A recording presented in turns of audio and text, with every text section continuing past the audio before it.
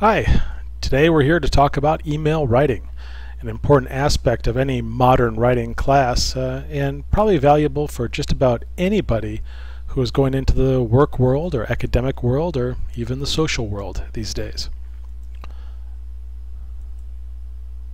Today we're going to talk about a few topics, actually quite a few. And first is, what is email used for? Why would you use email? Who's your audience? It's very important to think about who your audience is and how you're going to communicate with them.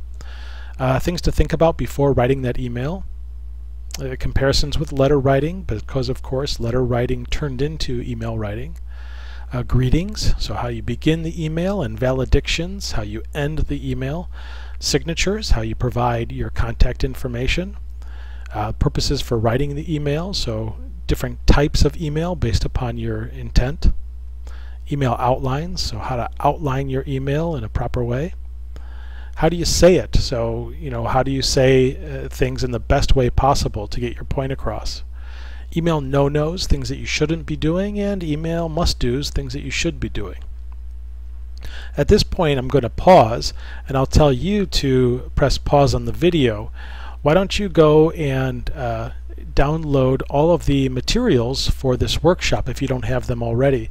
They're available on the class website in a zip folder, and there are a number of different documents, including the workshop handout, and we'll be using that quite a bit. The workshop handout is somewhere here, and I'll bring it up for you in a moment. So please go get that stuff, and then we can restart. Okay, so I'm hoping that you got the workshop handout, and here it is on the video. We're going to do activity 1 first. What is email used for? So what I would like you to do is list all the specific ways that you use email. Put them under the headings of personal, professional, or in between, for those things that could be both. Now, of course, right now we're not going to do that discussion, but when you come to the next class, we'll discuss the answers that you provided. So I'm going to pause right now and let you do that. Continue the video when you're done. Alright, well, what kind of answers did you get for what email is used for?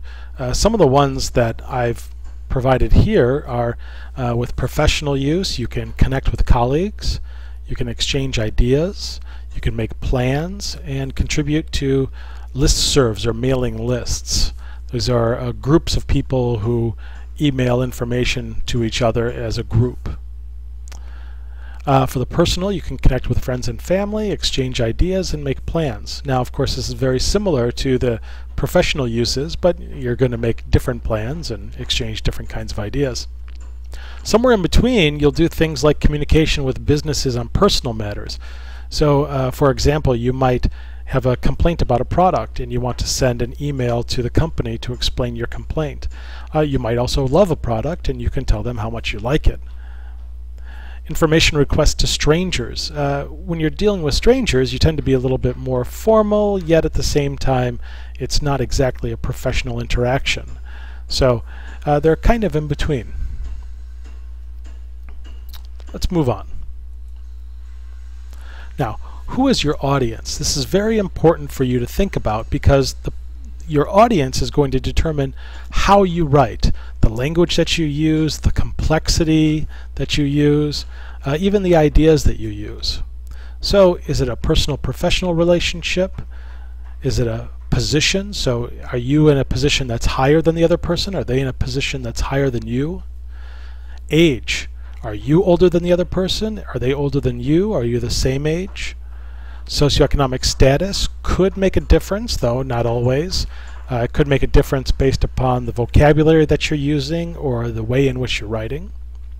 Gender, same thing. Nationality. Nationality could have a difference even between English-speaking countries, but of course certainly between non-English-speaking countries as well. And geographic location. Even different places in the US will communicate in slightly different ways. Now, of these, I think probably the most important are probably the first three. That is, whether it's a personal or professional relationship, whether you have differences in position or differences in age. Because all of these will really impact the formality in which you're writing. Now, I know that most people think that in America age doesn't matter as much, as it would in a place like Korea, but it certainly still does matter. Now, fine differences in age do not, so a year or two difference is certainly not a big deal. But when you're talking about a 10 or 20 year difference in age, people tend to write more formally when they're speaking with someone who is significantly older. And the same is true for differences between professional relationships and personal relationships, and between positions. So as you can imagine, if you're writing a letter to your boss or someone who's in a higher position than you in a different place, you're going to be more formal than if you write to someone who's at the same position or even a lower level position than you are.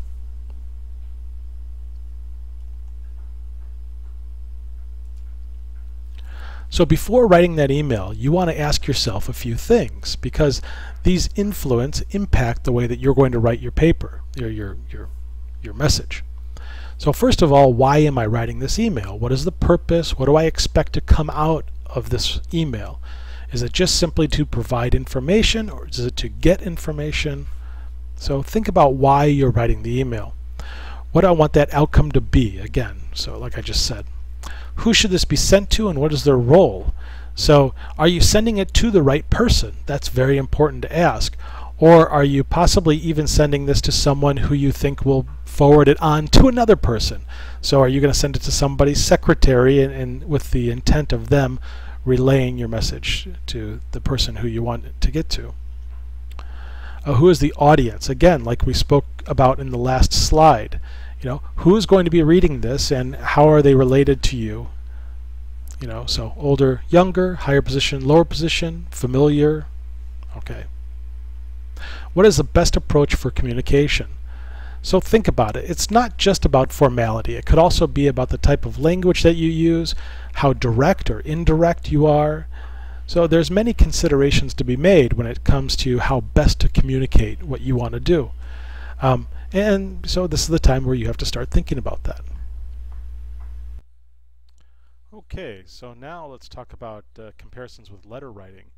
Of course, letters came before email. We probably don't write many of them anymore. It's pretty rare that you actually write a letter on paper and send it through the mail. But the comparisons between these are pretty direct. So they're very similar in organization and format. You have greetings, you have signatures and footer, and the style is quite similar. However, there are certainly differences. Email generally is shorter. Now, as email becomes more part of people's daily lives, as it has over the last really 20 years, they're becoming even more similar. You see longer emails, you see more formal emails, and less formal emails. So there's quite a variety, but generally, email is shorter. The reality is that email could quickly be sent back and forth. Letters couldn't. You had to wait a couple days between sending and receiving, and then the other person would have a couple days and send it back. And probably the quickest that you'd get letter correspondence would be a week, but probably maybe more like a month or 6 months.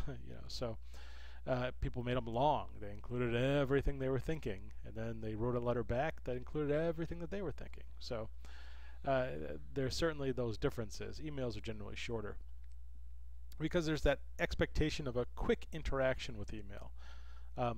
Now, obviously, there are some times where people don't do that, but generally, people expect you to send back the email relatively quickly. There are information gaps can be remedied quickly. So if there's any information that's left out, or if the other person has questions, they can send a quick reply to you and try to figure out what you meant. And recipients likely receive many, many, many more emails than they would have letters. Just from personally mine, my email is full every day.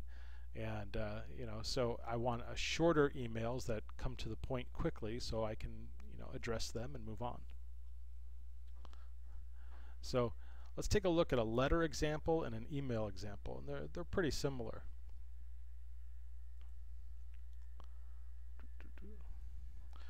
So here you have the letter example, especially for professional correspondence. You have something like the company name up top, or some kind of letterhead. Letterhead means you have a company logo on the top of the paper. somewhere on the page, either right below the logo or somewhere to the right like this, you'll have the address of the company, the address of the person who's actually sending the letter. You'll have a date, and you'll have the information of the person that you're sending the letter to. Right? So John Smith, PhD, becomes Dr. Smith. So this is your greeting here. This is the body of the letter. Now, of course, for example purposes, this is a little bit short, but very similar to what you'd have in an email. You have a valediction, which means the ending, how you sign off. On a letter, you'll have your actual signature, most likely. And then you might follow up with your typed name and a job title.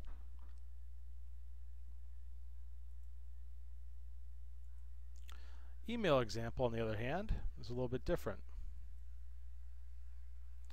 So, email example, of course, you don't have any of those things that you have with letterhead. You essentially have a subject. That subject should be informative and complete. You have the message body. Okay, really not much different than the letter itself. You'll still have a valediction, the ending, sign off, where you'll probably put your name. People don't always do this. They might just put their whole email signature. Now this is a complete email signature, and it has not only my name and my occupation or my job title, but of course the address of my work, my office phone number, fax phone number, and email. You could also have things like your company or personal internet address, your home page. You could have, of course, your mobile phone number, which people have more than ever right now. So, but this is the information in which people can contact you.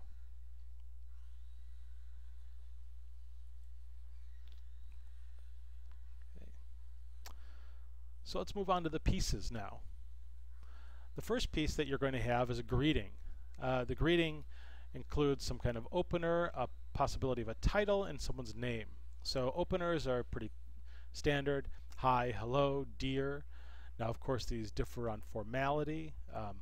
Hi and hello are a little bit more informal or less formal, and dear is a little bit more formal.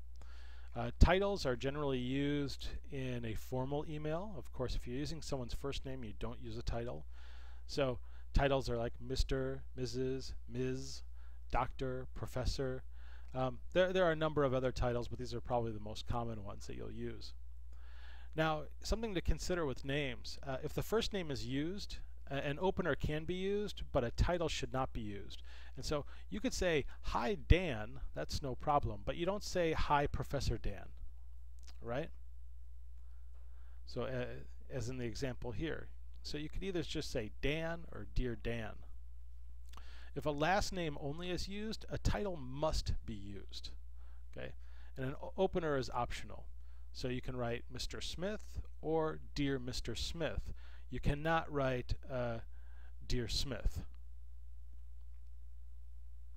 And lastly, if a full name is used, neither an opener nor a title should be used. So Dan Smith. This is a impersonal greeting. You often see these on form mails. So these are kind of mails that are usually generated using a database that has people's full information on there. Even in those situations, you don't see that very much these days because it's so impersonal that even computers can be better than that. That's going to end the video part 1. I'll do a part 2 of this workshop where we'll kind of go through activity 2 and we'll talk about the rest of the email. All right. Bye-bye.